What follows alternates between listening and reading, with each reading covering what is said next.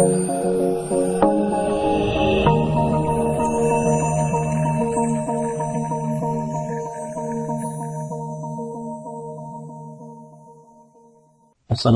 warahmatullahi wabarakatuh. Selamat datang, salam leluhur.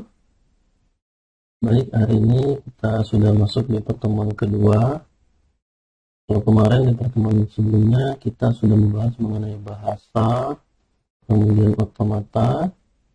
Di pengertiannya bahasanya itu apa, kemudian otomata itu apa. Nah, jadi kalau bahasa di sini adalah bahasa terkait bahasa formal, yaitu kaitannya dengan perancangan compiler. Nah, kemudian otomatanya itu adalah mesin abstrak yang mengenali dan menerima bahasa. Nah, kemarin sudah kita jelaskan mengenai grammar, tata bahasa dalam bahasa formal seperti apa, kemudian sampai ke tingkatan bahasa berdasarkan Chomsky, di hierarki Chomsky. Nah, otomata mesin abstrak yang mengenali dan membangkitkan sebuah bahasa. Nah, untuk masing-masing tingkatan bahasa berdasarkan hierarki Chomsky tadi, itu ada otomata yang menerima ataupun membangkitkan bahasa sesuai dengan tingkatan bahasa itu. Nah, untuk level bahasa yang tipe 3 itu ada bahasa reguler. Nah, otomata yang dapat mengenali dan membangkitkan bahasa reguler ini itu adalah yang disebut dengan finite state automata. Nah, nanti finite state automatanya ada dua jenis. Yang pertama itu deterministik finite automata, kemudian non-deterministik automata. Nah, hari ini kita akan membahas dulu yang deterministik finite automata. Nah, ini jadi untuk setiap hierarki bahasa Chomsky itu ada masing-masing otomata yang mengenalinya, jadi mesin pengenal bahasa. Nah, untuk level 3 ini yang tadi Bapak bilang itu adalah finite state automata atau FSA. Kemudian nanti untuk CFG ada push-down automata, kemudian context sensitive grammar atau CSG itu ada linear bound automata atau LBA. Kemudian yang level 0 itu unrestricted grammar, itu ada yang namanya Turing machine. Nah, LBA itu adalah variasi dari Turing machine jenis non-deterministik. Nah, jadi hari ini kita akan lihat dulu yang finite state automata. Nanti ini ada dua jenis, tadi Pak singgung di awal. Yang pertama itu adalah yang DFA. Nah, kita lihat dulu pengertian daripada finite state automata sendiri. Jadi, finite state automata sudah katakan bahwa otomata ini adalah mesin abstrak, jadi bukan mesin fisik. Itu model matematika dari suatu sistem yang menerima input dan mengeluarkan output diskrit. Nah, ciri-cirinya untuk FSA ini adalah memiliki state yang berhingga banyaknya, kemudian dapat berpindah dari satu state ke state lainnya berdasarkan fungsi transisi. Nah, jadi nanti kita akan ketemu dengan fungsi transisi ini. Nah, fungsi transisi inilah yang akan menentukan bagaimana peralihan atau perpindahan inputnya itu dari satu state ke state yang lainnya. Nah, kemudian dia tidak memiliki tempat penyimpanan atau memori. Jadi kalau diibaratkan mesin, dia mesin yang sederhana. Kemudian pengaplikasiannya untuk sistem-sistem juga yang sederhana, contohnya elevator atau lift, kemudian ada text editor, kemudian ada analisa leksikal. Nah, ini yang terkait dengan proses perancangan kompilator. Jadi pada tahapan analisa itu ada yang namanya analisa leksikal. Nah, di sini dilakukan pengelompokan. Jadi kalau sebuah string itu nanti dia akan dianalisa apakah dia termasuk statement, keyword, dan lain sebagainya. Nah, jadi perannya itu ada pada proses analisa ini. Mesin ini menerima ataupun menolak sebuah bahasa yang diinputkan ke dalam mesin tersebut. Nah, kemudian ada pengecek parity, kemudian ada protokol komunikasi jaringan. Nah, ini beberapa pengaplikasian FSA ini untuk memodelkan sistem-sistem yang seperti ini. Oke, nah ini ada salah satu contoh kasus FSA yang cukup populer. Jadi kalau ini permainan logika sebenarnya, nanti kalian cari bagaimana menyelesaikan persoalan ini menggunakan FSA. Nah, ini sebuah permainan logika yang sangat populer. Nanti kalian cari kata kuncinya itu adalah petani, kemudian ada rumput, ada domba, kemudian ada serigala, atau petani, sayur, kemudian kambing, dan serigala. Nah, jadi kasusnya itu adalah bagaimana caranya petani ini untuk memindahkan semua barang bawaannya yang 3 ini berhasil sampai ke seberang sini dengan menggunakan sebuah perahu. Nah, muatan perahu ini cuma bisa maksimal 2. Ini maksimal 2, dan yang bisa menyeberangkan perahu itu hanya petani. Jadi petani harus ikut terus ketika proses penyeberangan. Nah, bagaimana caranya supaya muatan 3 ini bisa sampai ke seberang sini tanpa ada satupun yang hilang, ataupun harus semuanya 3-3-nya berhasil. Karena kalau misalkan bawa satu sayur ke sini, nanti yang di sini tinggal serigala dengan domba. Nah, itu domba ini akan dikhawatirkan akan dimakan oleh serigala. Nah, makanya bagaimana caranya supaya 3-3-nya selamat sampai ke seberang sini. Nah, itu bisa diselesaikan dengan menggunakan permodelan FSA ini. Nanti kalian cari, ini salah satu contoh kasus. Nah, kemudian bagaimana kita menggambarkan notasi ataupun lambang yang digunakan untuk menggambarkan FSA ini. Nah, jadi nanti kita akan menggambarkan diagramnya itu dalam bentuk diagram state, namanya, di mana diagram itu terdiri dari lingkaran-lingkaran, kemudian ada busurnya. Ini peralihan, menggambarkan peralihannya atau transisi. Nah, jadi kita menggunakan simbol-simbol atau notasi seperti ini. Sebuah lingkaran, kemudian nanti ada namanya di sini, berarti itu adalah state bernama T. Ini secara umum namanya T, tapi bisa namanya itu kita sesuaikan dengan model sistem yang mau kita modelkan, ya. Nah, itu jadi sistem yang mau kita modelkan. Nah, state-nya itu kita kasih nama sesuai dengan itu, tapi secara umum biasanya kita menggunakan T. Kemudian nanti ada tanda panah seperti ini, garis, kemudian ada labelnya di sini. Nah, labelnya ini juga sesuaikan dengan inputnya nanti seperti apa. Jadi transisi ini menyatakan transisi dengan, kalau dia labelnya X berarti inputnya X. Ini secara umum juga, tapi nanti kita menyesuaikan dengan model sistemnya. Nah, kemudian ada lingkaran dengan nama T, state tertentu, kemudian ada tanda panah. Nah, ini menyatakan state awal. State awal ini adalah tempat di mana kita memulai proses transisinya. Nah, kemudian ada lagi yang double garisnya, lingkarannya, kemudian ditambah labelnya, state apa. Nah, ini menyatakan sebuah state akhir. Sebuah state akhir. Jadi tempat berhentinya nanti proses komputasi. Atau peralihannya bisa berhenti pada state ini, dan juga nanti sebuah bahasa itu akan diterima ketika dia mencapai state akhir ini.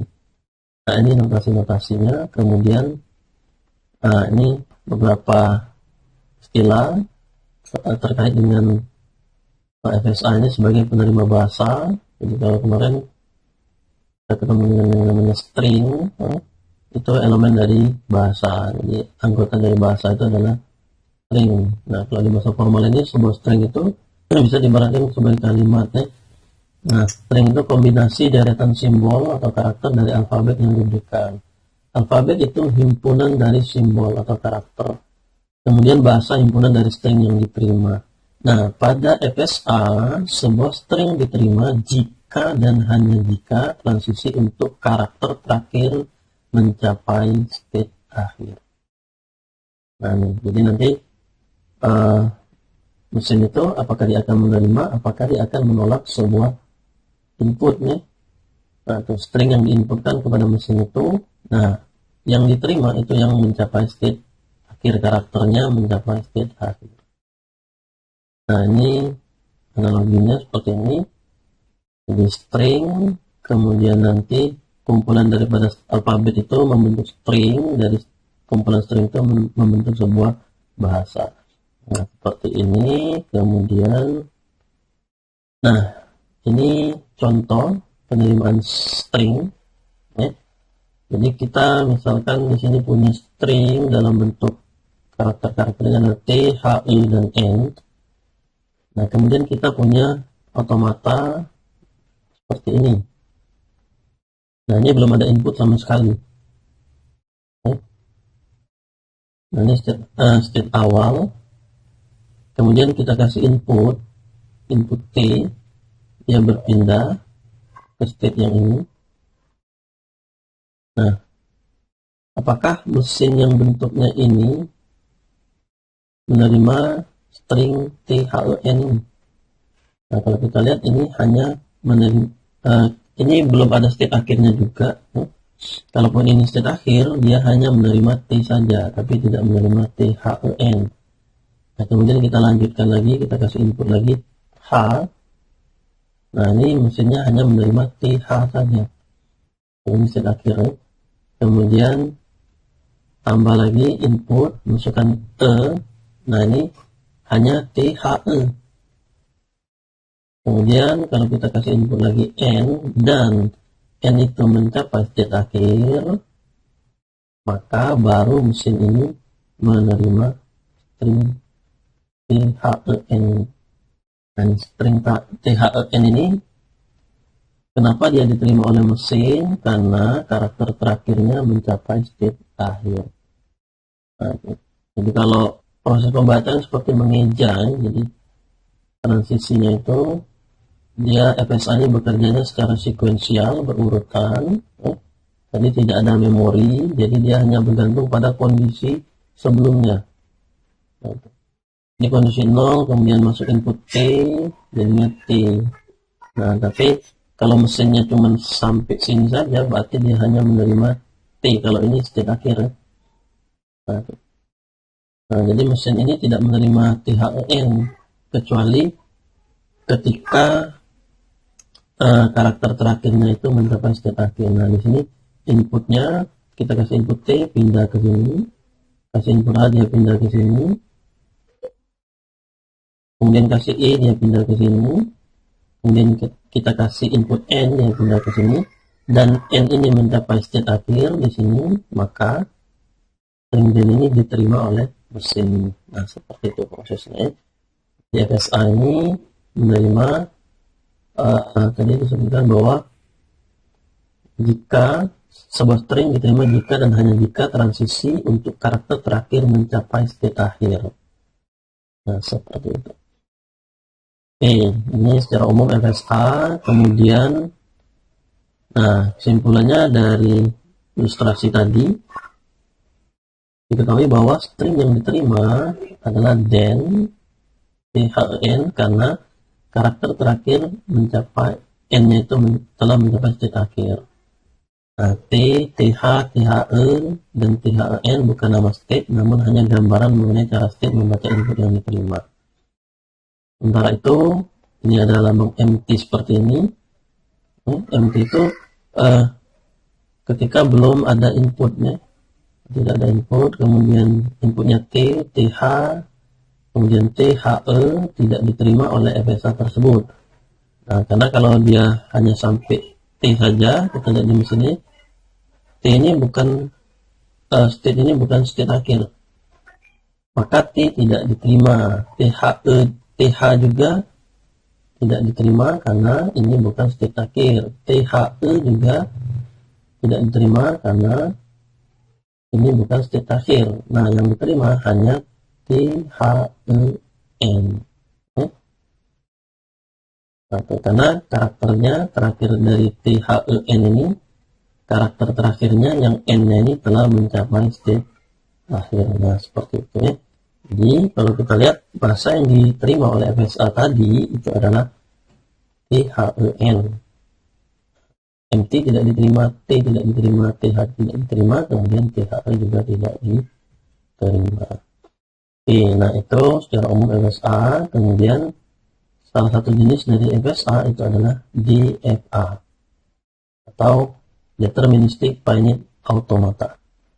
Nah, cirinya itu adalah DFA ini, karena nanti kita bedakan dengan NFA. Kalau NFA itu dia bisa lebih dari satu state ya, ketika dia berpindah. Nah, kalau ini dari suatu state harus tepat ada satu state berikutnya untuk setiap simbol masukan yang diterima. Jadi ketika ada input, dia berpindah. Nah, perpindahannya itu hanya ke satu state. Nah, itu ciri daripada DFA.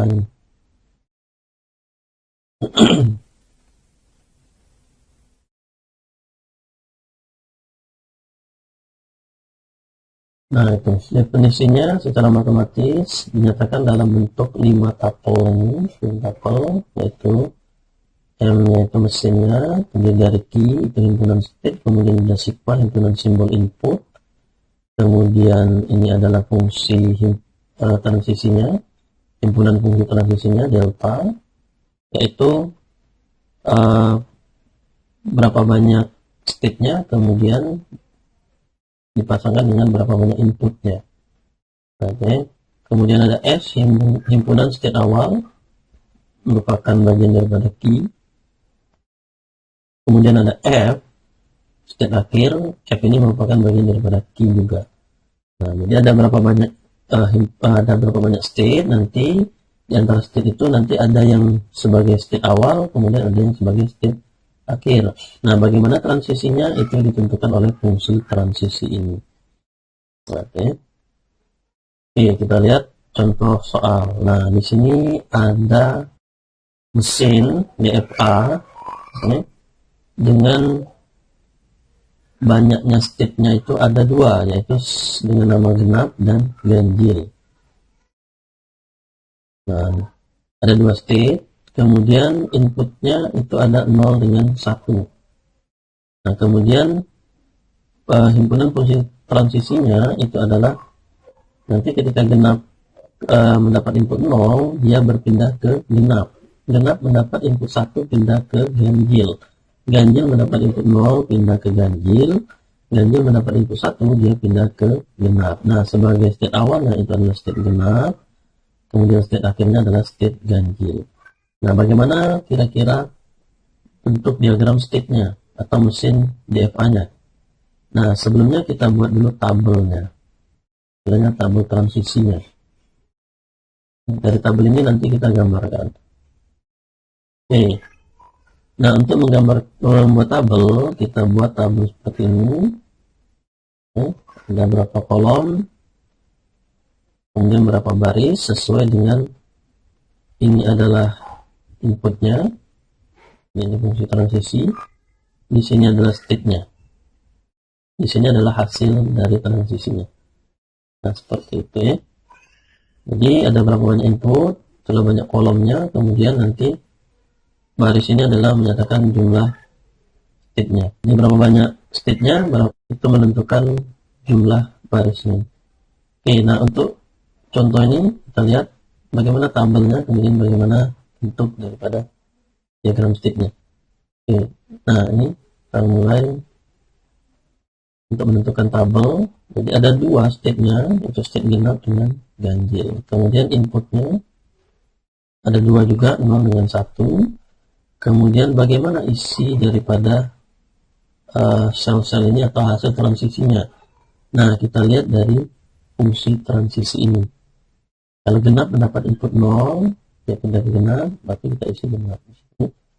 Nah, seterusnya sampai jadi genap 0, genap 1, ganjil, ganjil 0 ganjil, ganjil 1 genap. Nah, sesuai dengan fungsi transisi ini. Nah, sebagai simbol state awalnya itu adalah yang state genap ini, kemudian state akhirnya adalah state ganjil. Nah, dari sini kita bisa gambarkan diagramnya. Oke, jadi kalau Q-nya ada 2, maka kita punya 2 buah lingkaran yang bernama state genap dengan state ganjil. Kemudian inputnya ada 2, nanti 0 dengan 1. Nah, sebagai state awal itu adalah genap, jadi kita kasih tanda ini, tanda panah ini menyatakan state genap, kemudian state ganjil itu garisnya double. Nah, seperti ini. Kemudian bagaimana transisinya? Nah, jadi transisi dilambangkan dengan gambar background ini bentuk daripada diagram state. Jadi ada yang namanya usurnya, yang menyatakan peralihannya. Nah, sesuai dengan fungsi ini, genap ketika mendapat input 0, maka dia pindah ke genap. Kemudian genap mendapat input 1, dia pindah ke ganjil. Kemudian ganjil mendapat input 0, dia pindah ke ganjil sendiri. Dan ganjil mendapat input 1, dia pindah ke genap. Nah, inilah bentuk mesin DFA yang dihasilkan. Jadi sesuaikan dengan ketentuan ini, bagaimana bentuk diagram state-nya. Nah, jadi seperti itu ya. Kalau kita perhatikan, ya, nah ini kira-kira ini mesin apa? Mesin otomata ini, DFA ini menerima inputan seperti apa? Nah, kalau kita lihat dari nama state-nya, genap dan ganjil, kemungkinan ini adalah mesin parity check. Ya. Nah, tadi di awal itu disebutkan salah satu implementasi daripada FSA itu adalah pengecek parity. Nah, mungkin kalian pernah dengar ini, pengecek parity. Jadi kalau di proses penyimpanan ataupun transmisi data di komputer itu ada yang namanya mekanisme deteksi dan koreksi error. Nah, itu mengecek deteksi. Nah, parity itu adalah ada 2 ya, parity ganjil dengan parity genap. Jadi nanti sebelum data itu disimpan atau ditransmisikan, maka data itu salah satu metodenya adalah dengan menggunakan metode parity. Nanti kalian baca-baca yang mengenai proses parity, pengecek parity. Nah, dia akan mengecek apakah, nah jadi data itu nanti ditambah 1 bit tambahan untuk menyatakan apakah dia parity ganjil atau parity genap. Parity ganjil itu jumlah bitnya itu, jadi kalau data komputer 0101, jumlah bit satunya itu jumlah ganjil. Nah, kalau genap dia genap jumlah satunya itu. Nah, kalau kita lihat dari mesin ini, kira-kira dia parity genap atau parity ganjil. Kalau dia hanya menerima yang ganjil, berarti dia parity ganjil, pengecek parity ganjil. Nah, kita lihat dari proses transisinya ini, kita cek string 0 apakah diterima oleh mesin ini. Tidak, karena tidak mencapai state akhir. 0 itu hanya sampai sini aja. Nah, sekarang misalkan 01, apakah diterima? 0, kemudian 1. Nah, 01 itu mencapai state akhir, berarti dia diterima. Nah, sekarang kita coba 011. 011 sampai state akhir enggak? Tidak, berarti 011 tidak diterima. Nah, kemudian kita coba lagi 0111. Jadi satunya ada 3 kali. Mencapai state akhir, mencapai. Nah, berarti ini diterima. Nah, seperti itu ya. Contoh lain 010. Nah, itu diterima enggak? 010. Diterima juga. Maaf, 0, 1, 0, ya diterima karena mencapai state akhir. Nah, kalau kita perhatikan, mesin ini hanya menerima yang jumlah bit satunya itu ganjil, berarti ini adalah mesin penerima parity ganjil. Nah, seperti yang genap tidak diterima. Nah, jadi sebenarnya kita itu menentukan diagram ini memodelkan dari suatu sistemnya dulu. Kita mau memodelkan sistem apa. Nah, misalkan kita mau memodelkan sistem parity ganjil, maka kita buatlah diagramnya seperti ini dengan state-nya ada 2, genap dengan ganjil, transisinya seperti ini. Nah, kalau kita mau transisinya mesinnya itu mesin parity genap, pengecek parity genap, maka mungkin kita rubah state akhirnya adalah state dengan nama state genap. Nah, nanti dicoba gimana caranya untuk membuat mesin DFA yang menerima parity genap. Nah, jadi sebenarnya prosesnya itu kita mau sistemnya apa, kemudian baru kita modelkan dalam bentuk DFA ini. Nah, tapi kalau kita ketemu dengan soal seperti ini, disuruh menentukan diagram, ya sudah ditentukan, tinggal kita gambarkan diagramnya. Nah, tapi sebenarnya prosesnya itu adalah kita memodelkan apa, dari situ baru kita menentukan state-nya apa saja, kemudian inputnya apa, kemudian bagaimana transisinya ini, yang mana state akhirnya, kemudian yang mana state awalnya. Nah, seperti itu. Oke, nah, jadi untuk DFA modelnya sampai di sini. Nanti pertemuan berikutnya kita masuk ke jenis FSA yang satunya, yaitu adalah NDFA. Baik, untuk pertemuan ini kita cukupkan. Bapak akhiri dengan mengucapkan wassalamualaikum warahmatullahi wabarakatuh.